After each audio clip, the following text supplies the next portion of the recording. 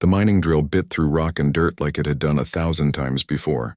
Hyuk wiped sweat from his forehead as he watched the massive machine work.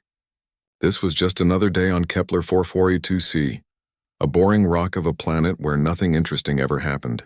The only thing that made this place worth anything was the rare metals buried deep underground. Supervisor Hyuk, one of the workers, called out. "You need to see this!" Hyuk walked over to where the drill had stopped. The worker pointed at the drill head, which was sparking against something that definitely was not rock. Whatever was down there was making a horrible screeching sound as metal scraped against metal. "What did we hit?" Hyuk asked. "I don't know, sir. The drill can't get through it. Scans show it's some kind of metal, but it's not in our database." Hyuk frowned. In 20 years of mining, he had never seen anything like this. The scanner showed a massive object buried 200 meters down. It was too big to be natural, and too old to be anything the current galactic powers had built. "Send a message to the Vel Confederation," Hyuk ordered. "Tell them we found something strange. They'll want to send their science people." 3 days later, a small Vel ship landed near the mining site. The Vel were crystalline beings who looked like walking diamonds. They were known across the galaxy for being very smart and very careful. If anyone could figure out what they had found, it would be them. Mina stepped off the ship, her crystal body reflecting the pale sunlight. She was the chief archaeologist for this sector, and she had seen many strange things in her long life. But the readings from this site made her feel worried in a way she had not felt for many years. "Show me the object," she said to Hyuk.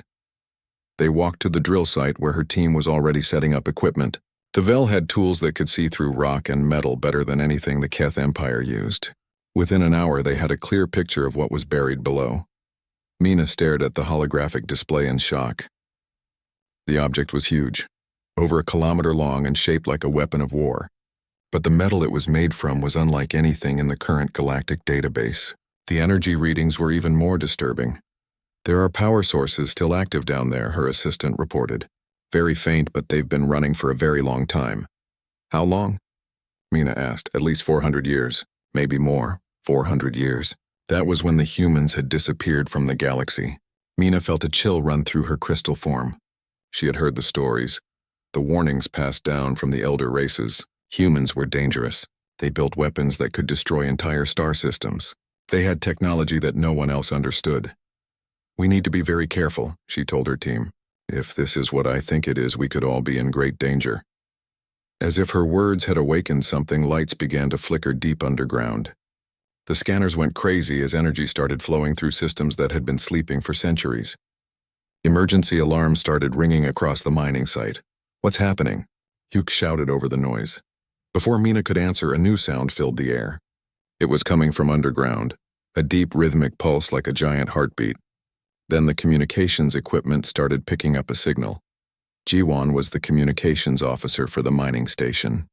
She had been monitoring space traffic when her equipment suddenly came alive with activity.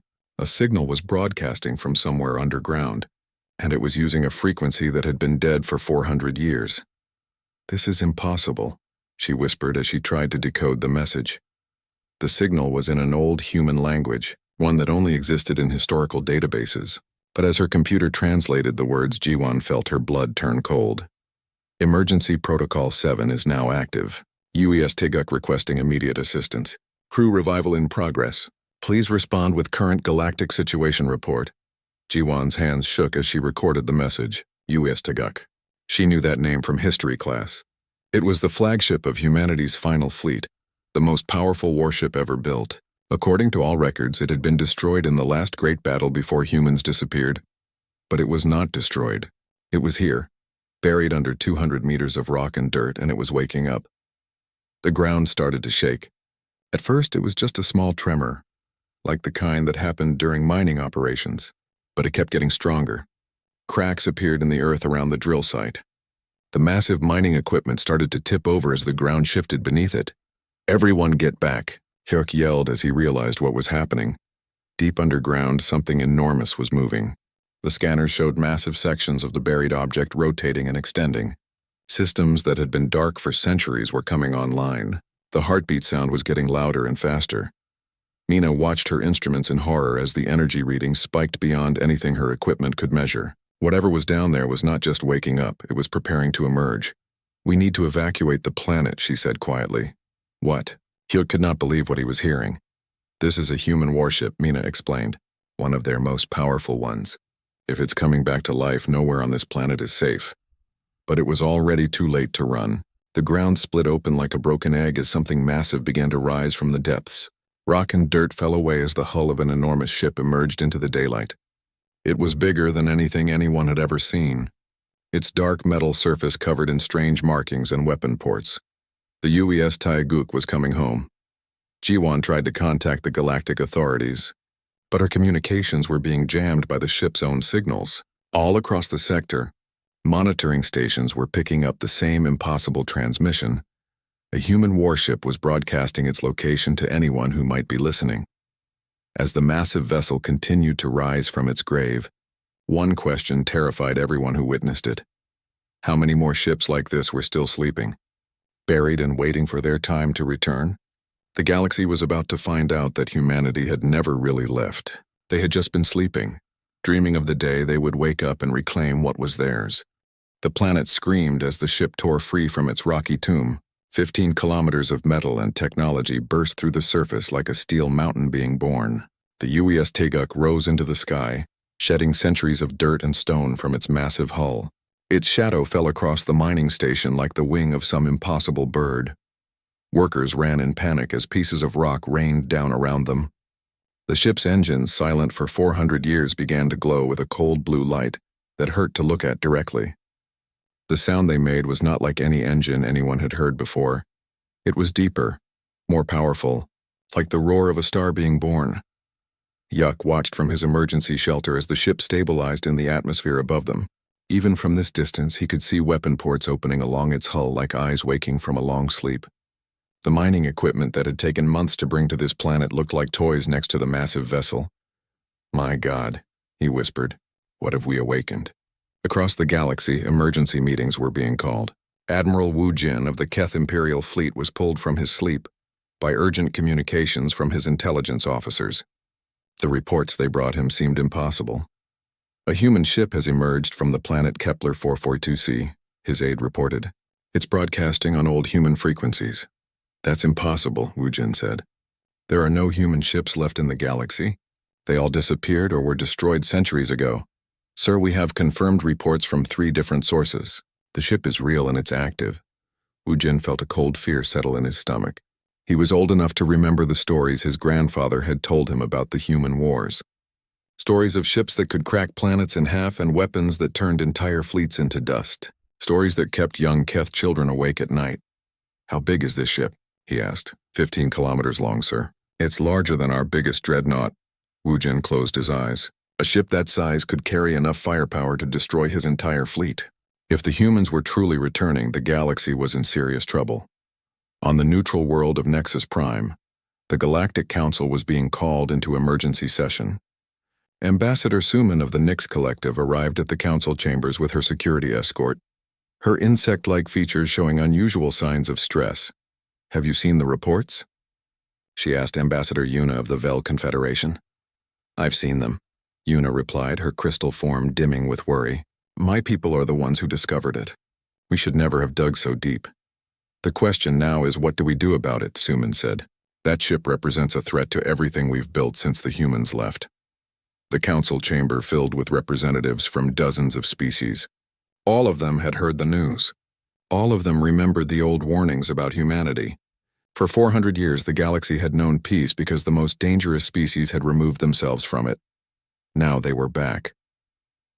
Inside the UES Taeguk, systems that had slept for centuries were coming back to life. The ship's artificial intelligence, Aria, ran through her startup procedures with mechanical precision. Lights flickered on in corridors that had been dark since before the current galactic civilizations had space travel. In the medical bay, cryogenic pods began their revival sequence.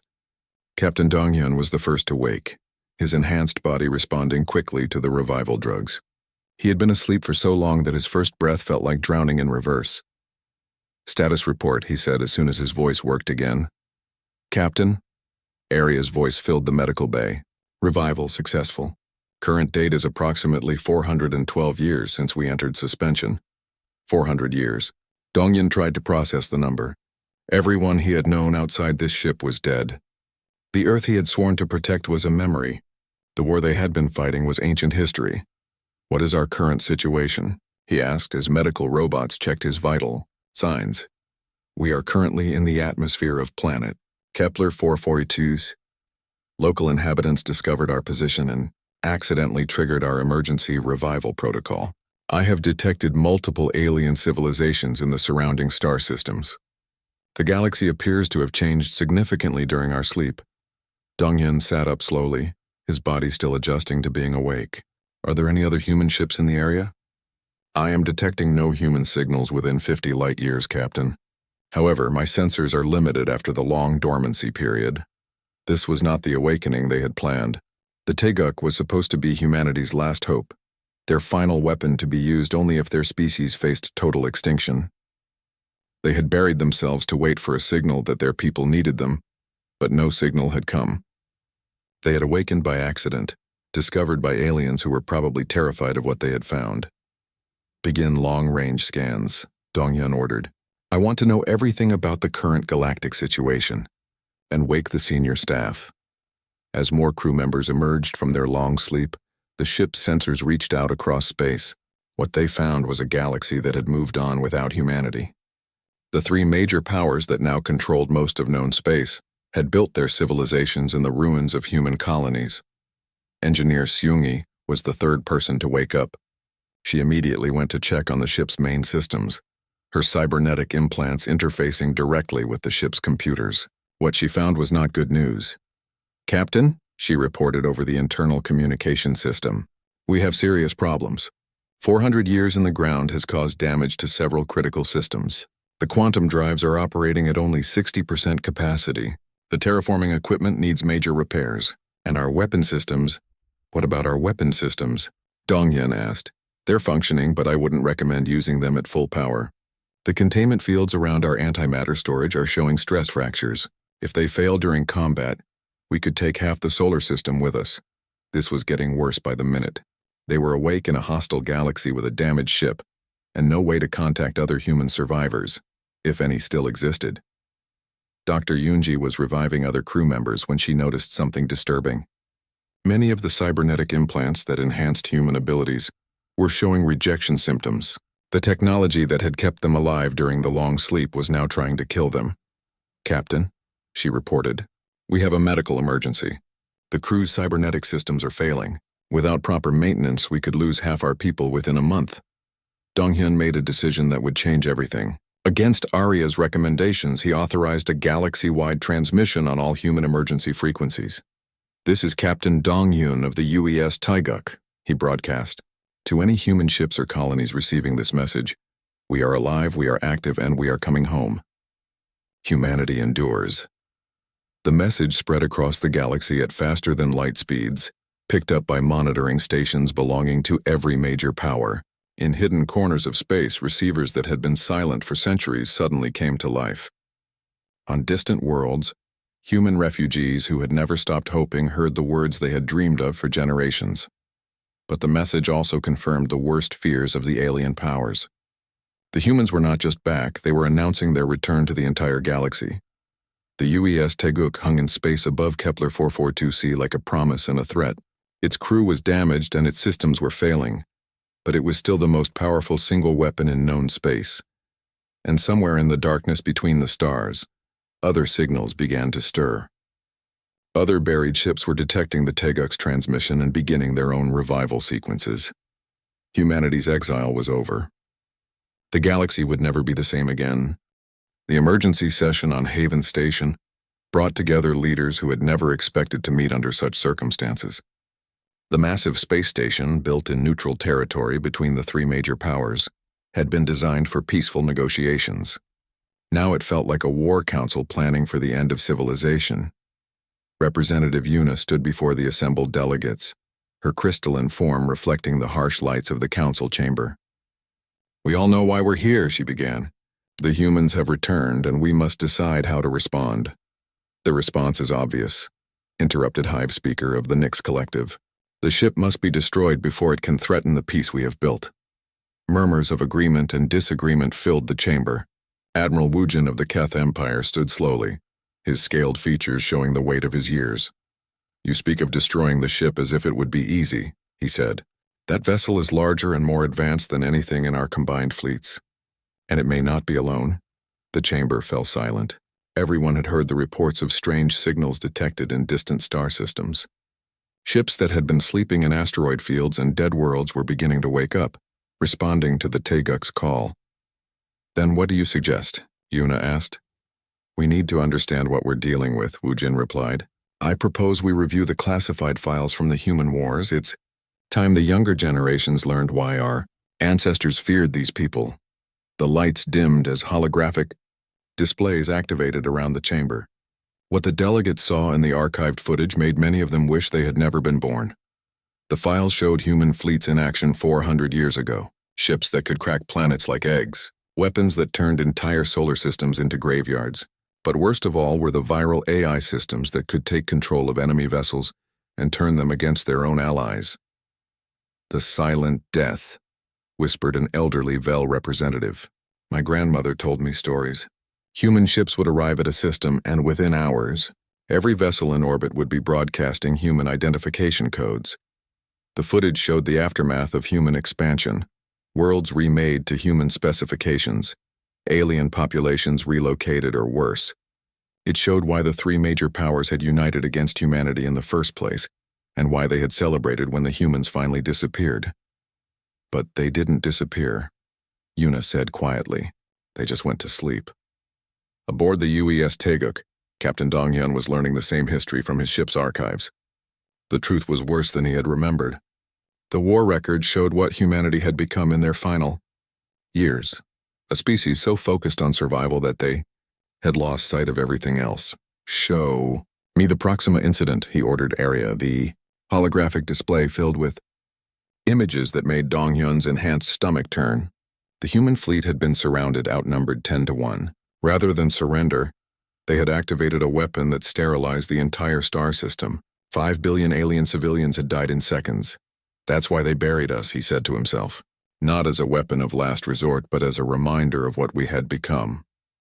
Engineer Seung-hee found him staring at the display hours later. "Captain, we have the repair estimates you requested. What do we need?" Donghyun asked without looking away from the images of destruction. "The quantum reactors require exotic matter that doesn't exist in current galactic civilization. The terraforming systems need crystalline processors that only the Vel know how to make. And our medical bay needs biocompatible materials that the Nix Collective specializes in." Donghyun finally turned away from the display. "So we need help from the very people who are probably planning to destroy us." "There's something else," Seung-hee continued.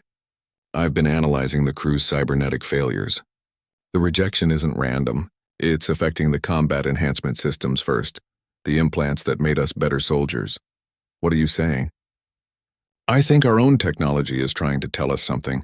Maybe it's time to stop being weapons of war." Dr. Yoonji's voice came over the communication system. "Captain, you need to come to Medical Bay 7 immediately. We've found something important." In the medical bay, Dr. Yoonji was examining the contents of a cybernetic implant she had removed from one of the crew members. "These aren't just enhancement systems," she explained. "They're data storage devices. Every crew member has been carrying encrypted files in their neural implants." "What kind of files?" Donghyun asked. "Memories, information, coordinates." Yoonji activated a holographic display. The locations of the ARC ships that carried Earth's civilian population to safety. The coordinates of hidden supply caches. The positions of other buried vessels like the Teguk. Donghyun stared at the star map that appeared in the air. Hundreds of locations were marked across the galaxy, showing a network of human assets that stretched far beyond anything the alien powers knew about. We weren't just a warship, he realized. We were part of a larger plan. "There's more," Yoonji continued. "The implants also contain cultural databases. Art, literature, music, philosophy. Everything that made humanity more than just warriors. It's like someone wanted to make sure we remembered who we used to be." The communication board suddenly came alive with incoming signals. The Teguk's long-range transmission had finally reached its intended targets. Hidden human colonies, refugee fleets, and survivors scattered across the galaxy were responding to the call. "Captain," Arya reported, I am receiving responses from 17 different human groups. They are requesting coordinates for a rendezvous. Before Dongyun could respond, new alarms began sounding throughout the ship. Long-range sensors were detecting incoming fleets from all three major galactic powers. The alien civilizations had made their decision. How long until they reach us? Dongyun asked. The Keth fleet will arrive in 6 hours. The Vel ships are 12 hours out. The Nyx vessels are the farthest away, but they're moving faster than our sensors can track accurately. Dongyun looked around the medical bay at his crew. They were damaged. Their technology was failing, and they were about to face the combined might of 3 galactic powers. But they were also carrying the hopes and dreams of humanity's scattered children. Send a message to all responding human groups, he ordered. Tell them to stay away. This isn't their fight. Sir, Song-Yi questioned. The galaxy has been at peace for 400 years because we left. Maybe it's time to prove that we can choose something other than war. Outside the Teguk, space began to shimmer with the arrival of the first alien scouts. Keth stealth ships materialized at the edge of the system, their weapons already powered and ready. Behind them, larger vessels were preparing to jump into the system. The battle for humanity's future was about to begin, but this time, the humans might choose to fight with words instead of weapons. The question was whether the galaxy would give them that chance. Captain Donghyun stood on the bridge of his ship, surrounded by the ghosts of humanity's violent past, and prepared to face a future that no one could predict. The UES Teguk had awakened not as a weapon of war, but as something far more dangerous, a symbol of hope for a species that refused to give up. The real war was just beginning, and it would be fought not for territory or resources but for the right to exist. Space around Kepler 442c became a deadly chessboard as 3 massive fleets took positions around the human ship. The Keth Empire arrived first, their black dreadnoughts bristling with plasma cannons that could melt through moon-sized asteroids. Admiral Wujin commanded from his flagship, watching the Teguk through sensors that struggled to penetrate the strange energy field surrounding the human vessel. All ships, maintain distance, he ordered. Do not fire unless fired upon. The Vel Confederation fleet materialized next, their crystal ships appearing like diamonds scattered across the darkness. These vessels could phase between dimensions, making them nearly impossible to target with conventional weapons. Their leader, Fleet Commander Yuna, studied the readings from her science teams with growing concern. The human ship is scanning us, her sensor officer reported. Their technology is different. We can't block their scans. What are they learning about us? Yuna asked. Everything. Ship designs, weapon capabilities, crew numbers. It's like they're reading our minds. The Nyx Collective arrived last, their bioships looking more like living creatures than vessels of war. These ships could regenerate damage in real time and carried weapons that used living ammunition. Hive Speaker commanded the fleet through her mental link with the ship creatures, their alien thoughts blending with her own. The metal ship human thing radiates wrongness, her ship whispered in her mind. It remembers pain, death, ending of worlds. I know, she replied silently. That's why we must be careful. The 3 fleets formed a triangle around the Teguk, each keeping careful distance from the others. 400 years of peace had not erased the old tensions between the powers. Only their shared fear of humanity kept them from turning their weapons on each other. On Haven Station, emergency negotiations had begun. Ambassador Suhyuk had arrived to represent the gathering human forces, though he looked nothing like the humans in the historical records. His ship was a patchwork of alien technology and human engineering, built from scraps and determination over centuries of exile. We're not asking for our old territory back, he said to the assembled delegates. We just want the right to exist. You say that now, Admiral Wujin replied via holographic link from his flagship. But that ship in our space says otherwise. The Teguk is a weapon designed to crack worlds. The Teguk is also our people's hope, Suhyuk countered. For 400 years we've lived as refugees and outcasts. That ship represents the possibility that we can finally come home. Representative Yuna's crystal form flickered with stress patterns. Your home was built on the graves of our ancestors. How can you ask us to welcome you back? Before Suhyuk could answer, new reports arrived that changed everything. Small human vessels were appearing throughout the system, not warships but civilian craft. Generation ships that had wandered the void for centuries, carrying human families who had never known a permanent home. Commander Minji led the largest group of refugees, her small fleet of converted cargo ships and modified alien vessels limping toward the Teguk's position. Her people had survived by moving constantly, trading what they could and hiding from those who would harm them. Taeguk, this is the new Seoul refugee fleet, she broadcast. We received your signal. We're coming home. Captain Dong-Yun watched the approaching civilian ships with mixed emotions. These people had suffered because of choices his generation had made. They had paid the price for humanity's aggression. All civilian vessels maintain safe distance, he replied. This area is not secure, but it was too late for warnings. Extremist factions within the alien fleets had been watching the human refugees with growing anger. To them, every human ship was a reminder of old wounds that had never healed. A group of Keth radicals broke formation without orders, their smaller ships racing toward the defenseless refugee fleet. Their leader broadcast his intentions for all to hear. No human will pollute our galaxy again. The attack came without warning. Plasma beams lanced out from the Keth ships, striking the generation ship New Busan. The civilian vessel, carrying thousands of human families, exploded in a ball of fire that lit up the darkness. Commander Minji watched in horror as her people died. They're attacking civilians, she screamed over the communication channels. On the Taeguk's bridge, Captain Dong-Hyun felt something break inside him. These were not soldiers or warriors being killed, they were children, families, innocents who had done nothing wrong except exist. Arya, activate defensive systems, he ordered. Captain, our weapons are not fully operational, the AI warned. I don't care. No one else dies today. The Taeguk moved for the first time in 400 years, its massive bulk accelerating with impossible grace. The ship's point defense systems came online, beams of coherent energy reaching out to intercept the Keth attackers. The precision was surgical. Each shot disabled enemy weapons without killing their crews. But the Taeguk's movement sent shockwaves through all three fleets.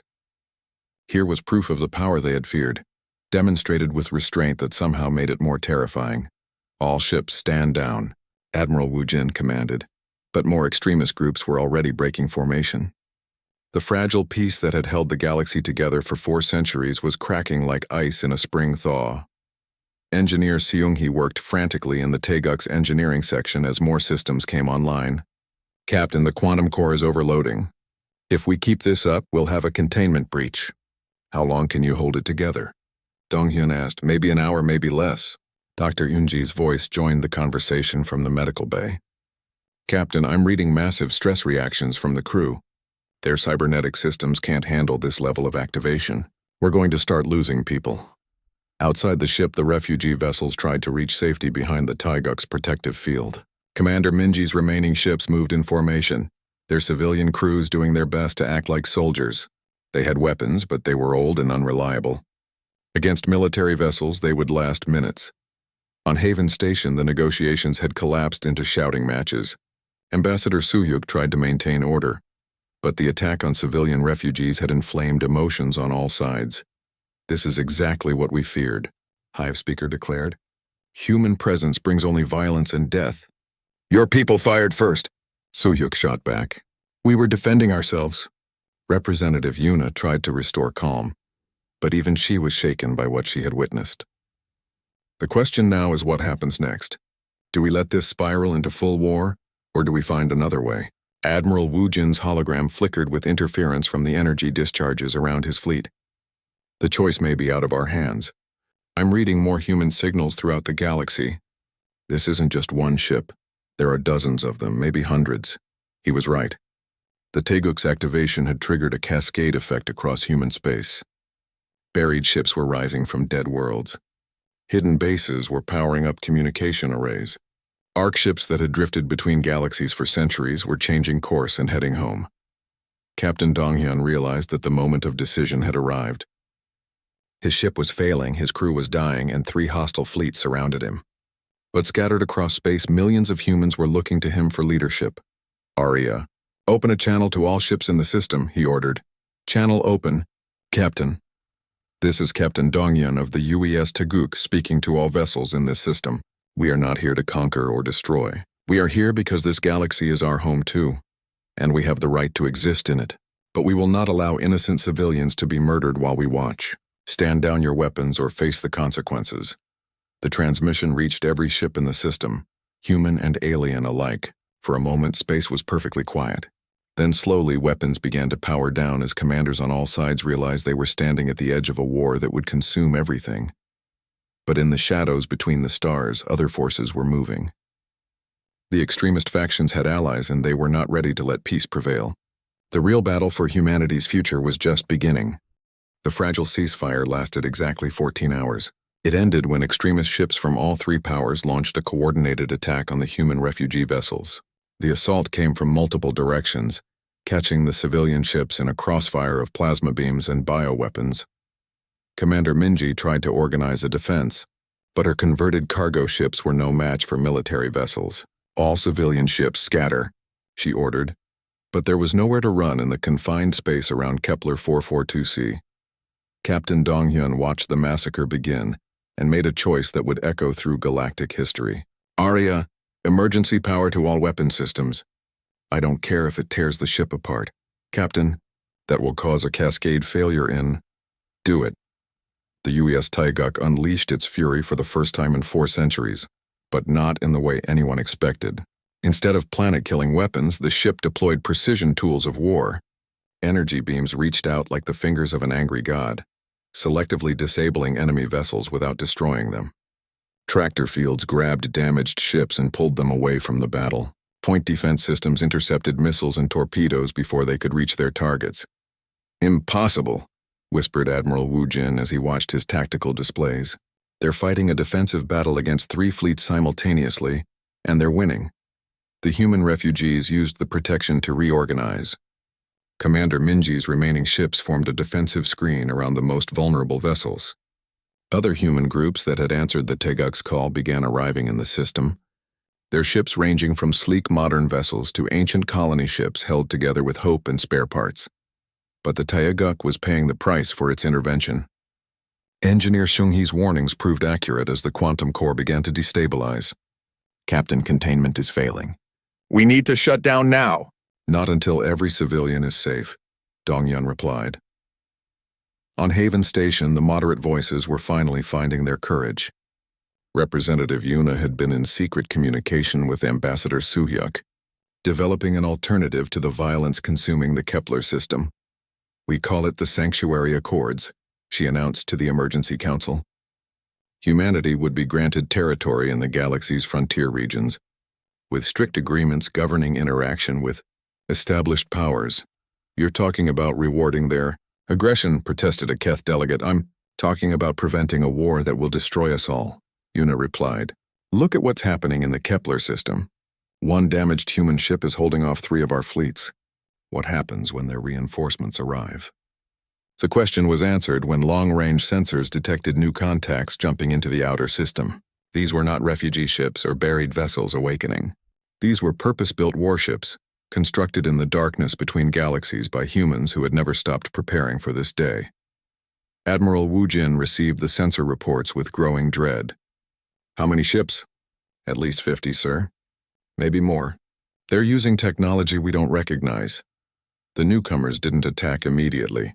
Instead, they sent a single message that chilled every alien commander in the system.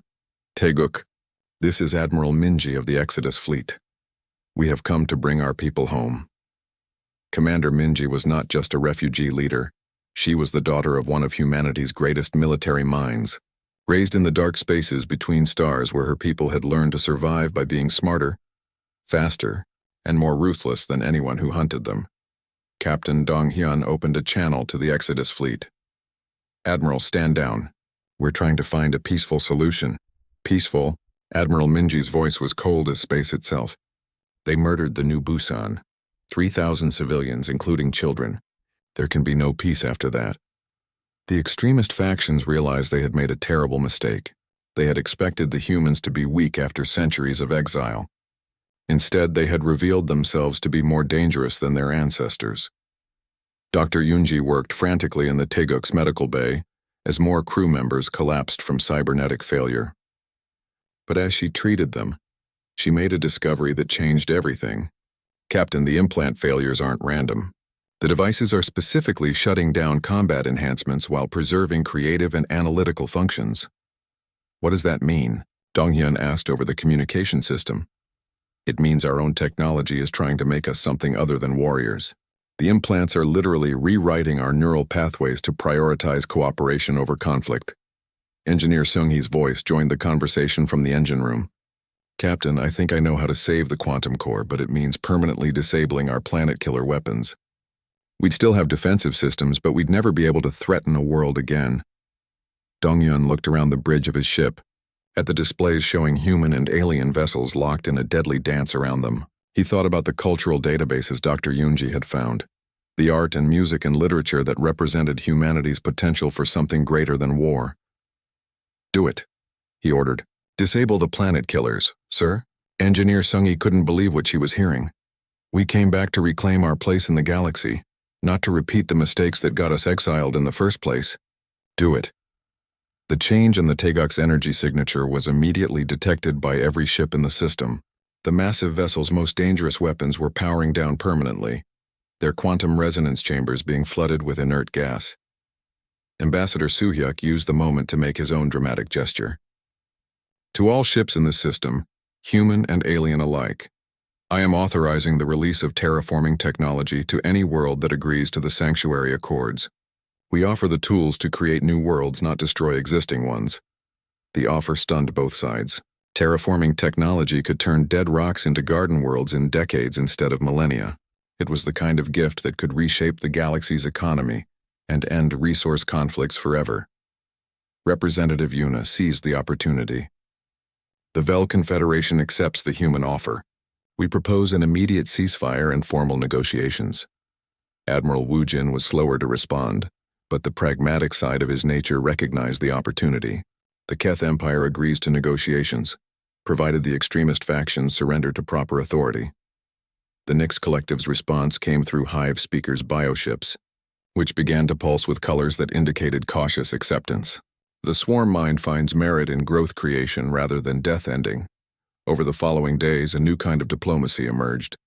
Human engineering teams worked alongside alien scientists to develop terraforming protocols that would benefit all species. The process required resources that only cooperation could provide. Vel crystal technology, Keth manufacturing capabilities, and Nyx biological expertise. The signing of the new covenant took place 1 month. Later on, a hastily constructed platform in space above, Kepler 442c. The document granted humanity territory in the galaxy's frontier regions while establishing protocols for shared terraforming projects. Captain Donghyun stood with Admiral Minji and Ambassador Soo-hyuk as they watched the ceremony. The Taeguk hung nearby, its hull scarred but proud, its weapon silenced but its purpose renewed. Do you think it will work? Admiral Minji asked. I think we have to make it work, Donghyun replied. Our people have been wandering for 4 centuries. It's time to build something instead of just surviving. 5 years later, the first New Earth colony ship launched from the Taeguk's manufacturing bays. The vessel carried not just human families but volunteers from every major species in the galaxy. They were heading to a dead world in the Orion Arm that would be transformed into a garden through the combined efforts of 4 different civilizations. Commander Minji, now promoted to Admiral of the Colonial Fleet, stood on the bridge of the colony ship as it prepared to jump to hyperspace. Behind her, Engineer Seung-hee monitored the terraforming equipment that would reshape their destination. Dr. Yoonji supervised the medical teams that included doctors from multiple species, all systems ready for jump. Seung-hee reported, "Take us home," Admiral Minji ordered. The ship disappeared into hyperspace, carrying the hopes of billions toward a future none of them could have imagined. Behind them, the UES Taeguk continued its patrol of the frontier, no longer a weapon of war but a guardian of peace. In the ship's observation deck, Captain Donghyun watched the stars and remembered the words of an ancient human philosopher. The best way to destroy an enemy is to make them a friend. Humanity had finally learned that lesson. The galaxy would never be the same, but for the first time in centuries that change promised hope instead of fear. The age of human exile was over. The age of galactic cooperation had begun.